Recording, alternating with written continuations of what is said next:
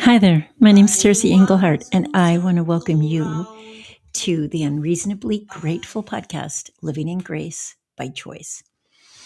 And every week, if you've been with me for a while, you know I say something around I'm grateful that you're here, however you found us. What we're doing is just practicing becoming the best version of ourselves together. And I know I learned a lot from other people sharing stories from their life, and that's what I'm doing. I don't have your answers. I'm simply sharing tidbits of wisdom and experience that I've gleaned over my now 40 year of recovering from living as an addict with an eating disorder from 16 years old to 36. And I'm so grateful for my 40 years of recovery. And as I look back on them more and more, and I can still remember when I couldn't get through a day, I continue to be grateful for the lessons I've learned, the values that I now hold on to. You know, I can remember for so long having this feeling of I wasn't the person I knew I was, and I wanted to be that person.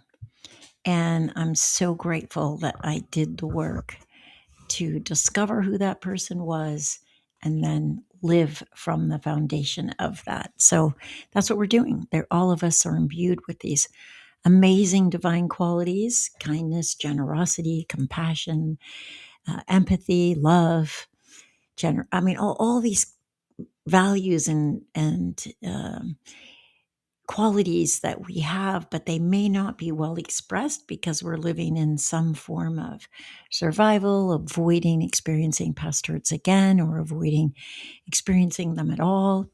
And in that world of avoidance, we defend, we protect, rather than just live in that moment honestly from our hearts and from what we believe in, what we care about. And that's what we're doing here. So, welcome. Grateful to have you. If you've been with me for a while, you know that my sister and I have been walking through this journey of a cancer diagnosis for, I guess, 5 months now. And we're still kind of waiting for another diagnostic test result, which will help us make the next choice in her treatment. And it's been an amazing journey for me, just healing so much of our childhood and sharing stories and watching the sister who I've always admired and looked up to, and watching her as she grapples with this and navigates this chapter in her life as courageously as she can, and honored to be able to support her and be a part of that. And that sort of leads into this particular episode. So, this episode is about emptying our mind and choosing the thoughts that we have. And, you know, there's something that the doctors have actually acknowledged that my sister calls chemo brain, but it's more observing how we all can get distracted by our thoughts, or fill our minds, let our minds attach themselves to whatever thoughts there are that go by. And I don't know what the number is, but I know I've read it before. It's an unbelievable amount of thoughts that actually go through our minds on a daily basis. And the older I get, and maybe the slower I move, or the less the less engaged maybe I am, I so appreciate an empty mind. I so appreciate the peace and quiet that comes from not knowing. Now, not knowing was one of those practices that I took on in early recovery.